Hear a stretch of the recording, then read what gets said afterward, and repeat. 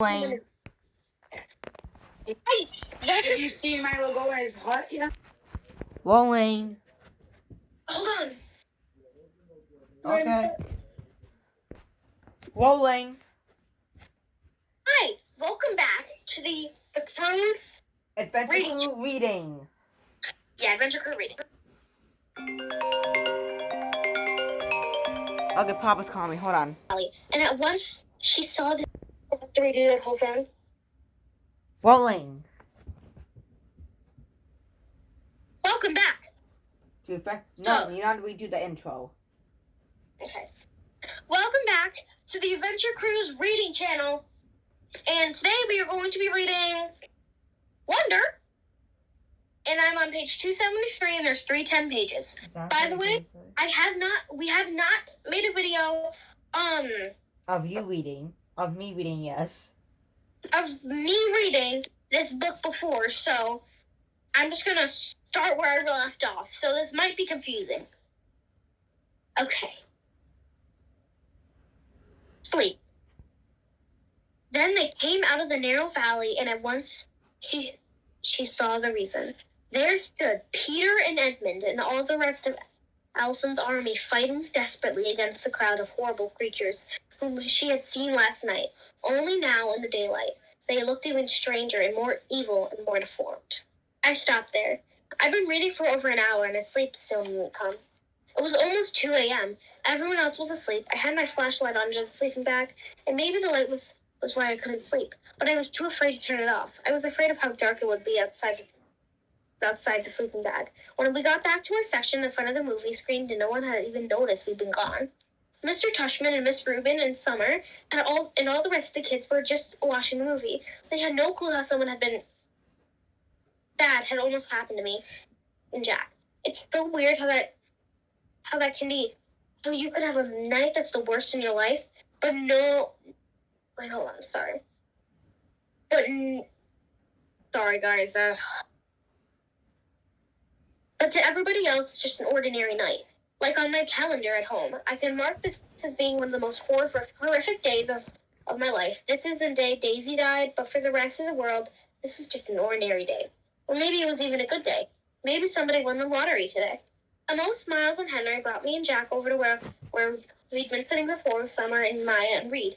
And then they went and sat where they had been sitting before, with Ixima and Savannah and their group. In a way, everything was exactly as we had left. Exactly as we had left it. Before we went looking for the toilets, the sky was the same, the movie was the same, everyone's faces were the same, mine was the same, but something was different. Something had changed. I could see most of Miles and Henry telling their group about what just happened. I knew they were talking about it. They just kept leaning over at me while they were talking, even though the movie was still playing. People were whispering about it in the dark. News like that spreads fast. It was what everyone has been talking about on the bus ride back to the cabins. All the girls, even girls I didn't know very well, were asking me if I was okay. The boys were all talking about getting revenge on the group of 7th graders jerks, trying to figure out which school they were from. I wasn't planning on telling the teachers about what had happened, but they found out anyway. Maybe it was the torn sweatshirt and the bloody elbow. Maybe it was just the teachers hear everything. When we got back to the camp, Mr. Tushman took me to the first aid office. And while I was getting my elbow cleaned and bandaged up by my camp nurse, Mr. Tushman and the camp director were in the next room talking to Amos and Jack and Henry and Miles, trying to get a description of the troublemakers. When he asked me about them a little later, I said I couldn't remember their faces at all, which wasn't true. It's their faces I kept seeing every time. I closed my eyes to sleep. The look of total horror on the girl's face when she first saw me, the way the kid with the flashlight, Eddie, looked at me as he talked to me like he hated me, like a lamb to the slaughter. I remember Dad saying that ages ago, but tonight, I think I finally got what it meant.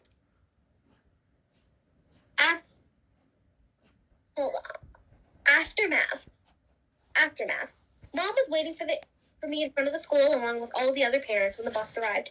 Mr. Tushman told me that there had been a situation the night before, but everyone was fine. He said the camp director and several other counselors went looking for the hearing aid in the morning while we all went swimming in the lake. They couldn't find it anywhere. Ward would reimburse us the cost of the hearing aids, he said. They felt bad about what had happened. I wondered if Eddie had taken my hearing aids with him, a kind of souvenir. Something to remember the work. Mom gave me a tight hug when I got off the bus, but she didn't slam me with questions like I thought she might. Her hug felt good, and I didn't shake it off like some of the other kids were doing. Hugs. The bus driver started unloading our duffel bags, and I went to find mine, while Mom talked to Mr. Tushman and Miss Rubin, who had walked over to her. As I rolled my bag toward her, a lot of kids who don't usually say anything to me were nodding hello or patting my back as I walked by them. Ready? Mom said when she saw me. She took my duffel bag, and I didn't even try to hold on to it. I was fine with her carrying it. She had wanted to carry me on her shoulders. I could have been fine with that too, to be truthful. As we started to walk away, Mr. Tushman gave me a quick, tight hug, but didn't say anything. Home. Mom and I didn't talk much about the whole walk home, and when we got to the front stoop, I automatically looked in front of hay window, because I forgot for a second that Daisy wasn't going to be there like always, perched on the sofa with her front paws on the windowsill, waiting for us to come home. It made me kind of sad when we walked inside. As soon as we did, Mom dropped my duffel bag and wrapped her arms around me and kissed me on my head and on my face, like she was breathing me in. That's okay, Mom, I'm fine, I said, smiling. She nodded and took my face in her hands. Her eyes were shiny. I know you are, she said. I missed you so much, Augie. I missed you too. I could tell she wanted to say a lot of things, but she was stopped herself. Are you hungry? She asked to serve me. Can I have grilled cheese? Of course, she answered, and immediately started to make the sandwich while I took my jacket off down on the kitchen counter. Where's Vi? I asked. She's coming home with Dad today. Boy, did she miss you, Augie. Mom said. Yeah? She would have liked the nature reserve. You know what that movie they played? The Sound of Music. You'll have to tell her that. So do you want to hear about the bad part of the good part first? I asked after a few minutes, leaning my head on my hand. Whatever you want to talk about, she answered. Well, except for last night. I had an awesome time. I said, it was just awesome. That's why I'm so bummed. I feel like they ruined the whole trip for me. No, sweetie, don't let them do that for you. You were there for more than 48 hours, and then an awful part lasted 1 hour. Don't let them take that away from you, okay? I know, I nodded. Did Mr. Tushman tell you about the hearing aids? Yes, he called us this morning. Was Dad mad? Because they're so expensive? Oh my gosh, of course not. He just wanted to know that you were all right. That's all that matters to us, and that you don't let those thugs ruin your trip. I kind of laughed at the way the word thugs. What? She asked. Thugs, I teased her. That's kind of an old-fashioned word. Okay, jerks, morons, imbeciles, she said, flipping over the sandwich in the pan. I don't know how to pronounce this word, so I'm just gonna try my best. Now, where was I? At a word he did not know how to pronounce. I know. Okay, jerks, morons, imbeciles, she said, flipping over the sandwich in the pan. Cretinos, as my mother would have said. Whatever you want to tell them, call them. If I saw them on the street, I would. She shook her head. They were pretty big, Mom, I smiled. 7th graders, I think. She shook her head. 7th graders? Mr. Tushman didn't tell us that. Oh my goodness. Did he tell you how Jack stood up for me? He said, and almost, it was like, bam, he ran right into the leader. They both crashed to the ground, like we were in a real fight. Pretty awesome. Almost lip was bleeding and everything. He told us there was a fight, but, she said, looking at me with her eyebrows raised, I'm just so grateful you and Amos and Jack are fine. When I think about what could have happened, she trailed off, flipping the grilled cheese again. My mom top hoodie got totally shredded. Well, that can be replaced, she answered. She lifted the grilled cheese into a plate and put the plate up on the end. Milk or white grape juice? Milk or white grape juice? Chocolate milk, please? I started devouring the sandwich. Oh, can you do that special way you make it? With the broth? How did you and Jack end up in the edge of the woods in the first place? She said, pouring the milk into a tall glass. Jack had to go to the bathroom, I answered my mouth. I was talking, she spun the chocolate powder and started pushing a small whisk between the parts. There was a huge line, and I didn't want to wait. So we went toward the woods to eat. She looked up at me while she was whisking. I know she was thinking we shouldn't have done that. The chocolate milk in the glass now had a 2-inch frog into it. That looks good, Mom, thanks. And then what happened? She said, putting the glass in front of me. I took a long drink of the chocolate milk. It's okay if we don't talk about it anymore. Oh, okay. I promise I'll tell you all about it later, when Dad and Bea come. I'll tell you all every detail. I just don't want to have to tell the whole story over and over, you know? Absolutely. I finished my sandwich in two more bites and gulped down the chocolate milk. Wow, you practically inhaled that sandwich. You want another one? She said. I shook my head and wiped my mouth with the back of my hand.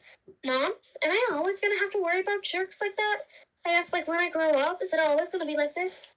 She didn't answer right away, but took my plate and glass and put it in the sink and rinsed it with water. There were always going to be jerks in the world, Augie, she said, looking at me. But I really believe, said Daddy, really believes there are more good people on the earth than bad people. And the good people watch out for each other and take care of each other, just like Jack was there for you, and Amos, and those other kids.